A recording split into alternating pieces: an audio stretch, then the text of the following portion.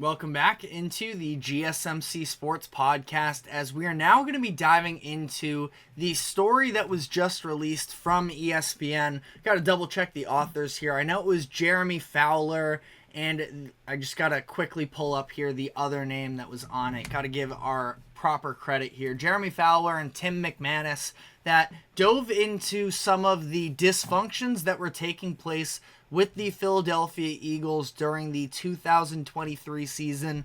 A lot of this is coming to light because of the fact that earlier in training camp, we saw, or we didn't see, but Nick Sirianni stood in front of the team and took full accountability for last year's shortcomings and was hoping to sort of build the morale back up for the Eagles headed into this 2024 season, understanding that this is a very talented Eagles roster and that they were just in the Super Bowl a couple seasons ago and that they still feel like they can reach those heights, but they had to do a little bit of reorienting internally, because one of the highlights of this article that I do definitely recommend you go and check out when we're done here, but the relationship between quarterback Jalen Hurts and Nick Sirianni was, quote, fractured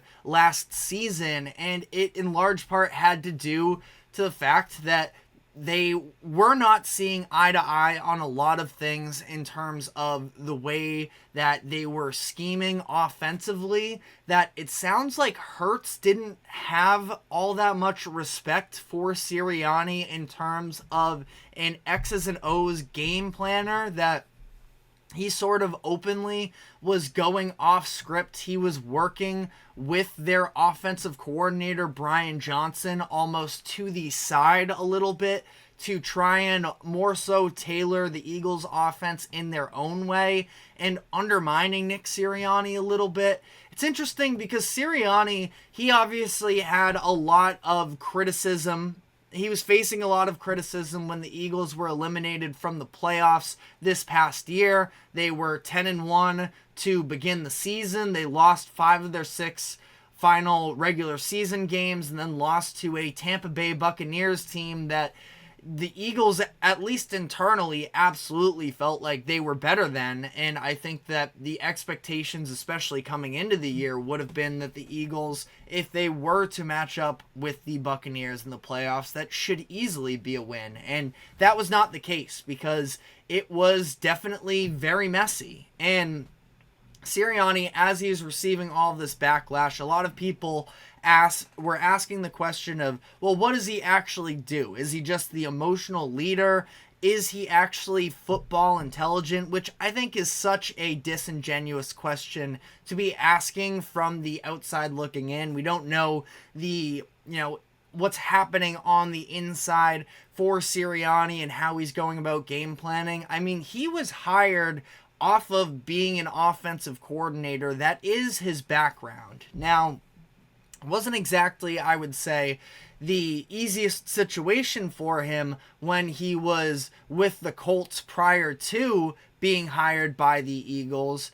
They made the playoffs a couple times during a stretch there. They were above average mostly in terms of the success of their offense, but there was a ton of turnover during that time period from 2018 to 2021, where he was dealing with a number of different starting quarterbacks. That was the experiments with Jacoby Brissett and Phillip Rivers. I think he caught the very end of Andrew Luck as well. So he was hired off of understanding offense, and he was maximizing the messy situation there in Indy for a few years. So it's not like he's clueless and he has no skill in terms of being an offensive mind, but there was definitely something to the fact that Jalen Hurts and the Eagles didn't necessarily feel that way last year. And I think that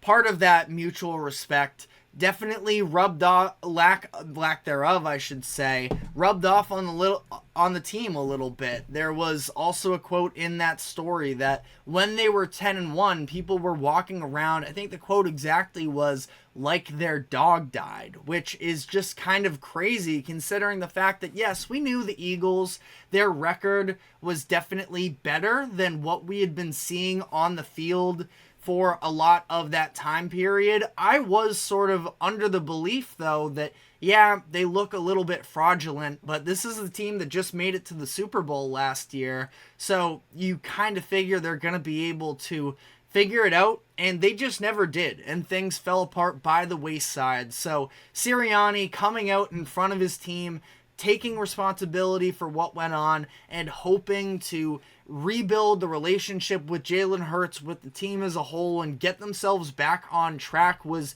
definitely a powerful move from his perspective. Now, we're going to be doing our deep dive on the Eagles tomorrow afternoon, so that's when we'll really be diving into their schedule and the inner makings of what the keys to their season, but they are still in a very good position where it's them and the Cowboys in the NFC East. Giants and Commanders are, that division always does play close games, but the Eagles have to feel like they are a tier above a lot of their competition. It's still a very open NFC.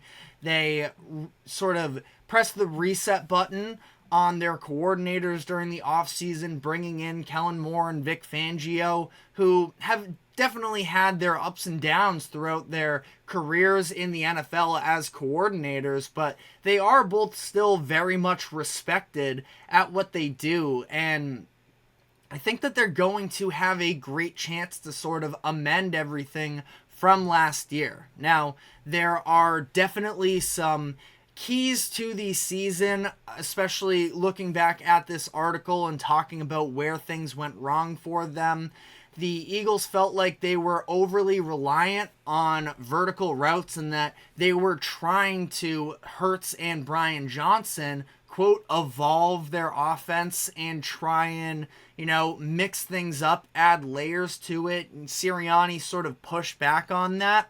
I'm assuming that Sirianni is going to be more open to changes and be more receptive to his players. He talked about how he wants to get a little bit more personal with his players, be more involved with meetings and such, and be a little bit more understanding to what his players are going through, which is definitely important.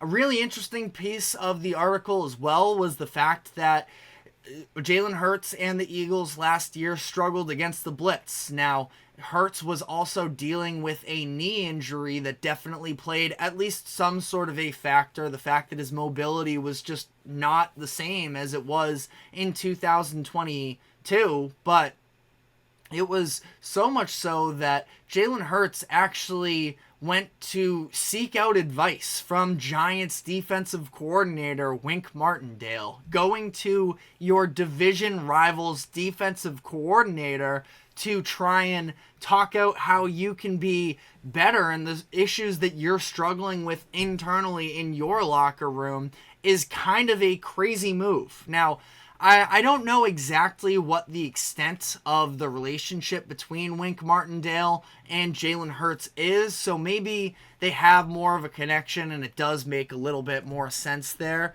but it just goes to show how messy things kind of were for the Eagles last year, where Hurts was seeking out advice from a division rival. So it is really interesting. At that point, I actually do want to correct myself on the fly here. He had reached out to Martindale, it sounds like, after he had parted ways with the Giants. So ultimately, it maybe not quite as bad there, but again, it goes to show that there was a little bit of distrust from Jalen Hurts, and he needed to look outside of the confines of their team to try and help, figure out how to manage the fact that Philadelphia was not blocking the same, and what maybe an opponent was seeing with the Eagles' current structure and how the Giants had chosen to game plan against them. I mean, it makes sense to some degree that, a division rival, as long as you're not actually there anymore, and at that point, Martindale does seem to have been moved on from the Giants, that you do get a pretty good perspective of somebody who is trying to directly coach against you, but just very interesting. And the Eagles, by the time that was all taking place, the playoffs were beginning, and ultimately their offense just looked terrible in that playoff game against the Buccaneers. But I think that the Eagles have improved their roster overall. Of course, the addition of Saquon Barkley is a massive point there, where after Miles Sanders left a couple years ago, I mean, DeAndre Swift wasn't terrible. He had his big games, but I think that there were some real issues with the Eagles' run game, that Saquon should be an upgrade in that category. They still have, top-end receivers in A.J. Brown and Devontae Smith, who both just agreed to contract extensions. So it'll be really interesting to see how this plays out for the Eagles, and about whether or not this is Nick Sirianni coaching for his job. It seems kind of crazy to me, coming off of the fact that they just won double-digit games in back-to-back seasons and made the Super Bowl just a couple years ago. But it is also sort of, at this point, knowing that all of this was taking place and that the Eagles have already paid Jalen Hurts, they are going to side with him over Sirianni. That's just the way that things operate in sports, that NFL front offices are typically going to side with the player and the talent more so than the coach. So I do think that it's on the table. Ultimately, I think Sirianni is going to be able to survive this season, and largely because of the fact that I think the Eagles are going to be good again this year. But if there is another down season, you look at the talent that's on the roster, and you do kind of have to point towards the coaching staff as to why things aren't great there. But we are going to, like I mentioned, dive deep into the Eagles season preview. We're going to be doing that tomorrow, so definitely come back to us then, as we can sort of break down the inner makings of the keys to their upcoming season. But instead, we are going to be taking a break now, and when we come back on the other side, we'll be talking about their division rival in the New York Giants, and talking about whether or not the noise about Brian Daboll's job security and whether or not he could be on the hot seat, whether that is justified or not. Could this be the last season with Daniel Jones in New York? We will be answering those questions. But first, a quick break. Don't go anywhere. We will be right back.